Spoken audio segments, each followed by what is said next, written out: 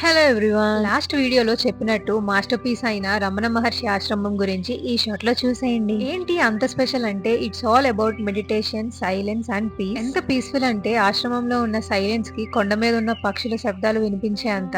ఇవన్నీ పక్కన పెడితే అక్కడ రెండు షాకింగ్ విషయాలు జరిగాయి. మేము కొంచెం సేపు మెడిటేట్ చేసుకుని అందాశ్రమం కి స్టార్ట్ అయిపోయాం. కొండపైకి ఆల్మోస్ట్ ఒక 2 కిలోమీటర్స్ నడవాలి. మధ్యలో ఒక వ్యూ పాయింట్ ఉంటది, వేరిన్ మనకి అరుణాచలం టెంపుల్ యొక్క 9 లింగాలు కనిపిస్తాయి ఫ్రమ్ మౌంటైన్. కొండ మీదకి నడుస్తున్నంత సేపు orange juice, lemon juice, butter milk లాంటివి ఉంటాయి. ఆల్సో చేత్తో చెక్కిన రమణ మహర్షి శిల్పాలు ఎక్సెట్రా కూడా కొనుక్కోవచ్చు. కొండ చాటున రాళ్లను కొట్టుకుంటున్న శిల్పి అని తక్కువ అంచనా వేయొద్దు, ఎందుకంటే you won't believe fraction of seconds లో ఫారినర్స్ రాగానే విత్ స్లాంగ్ తో సహా ఇంగ్లీష్ లో మాట్లాడుతున్నారు. నేనైతే literally shock. Also second shocking incident ఏంటి అంటే, మేము ఒక ఫారినర్ ని కలిసాం రిటర్న్ అవుతున్నప్పుడు కొండ మీద నుంచి. హీఈస్ ఫ్రమ్ స్వీడన్ అంట.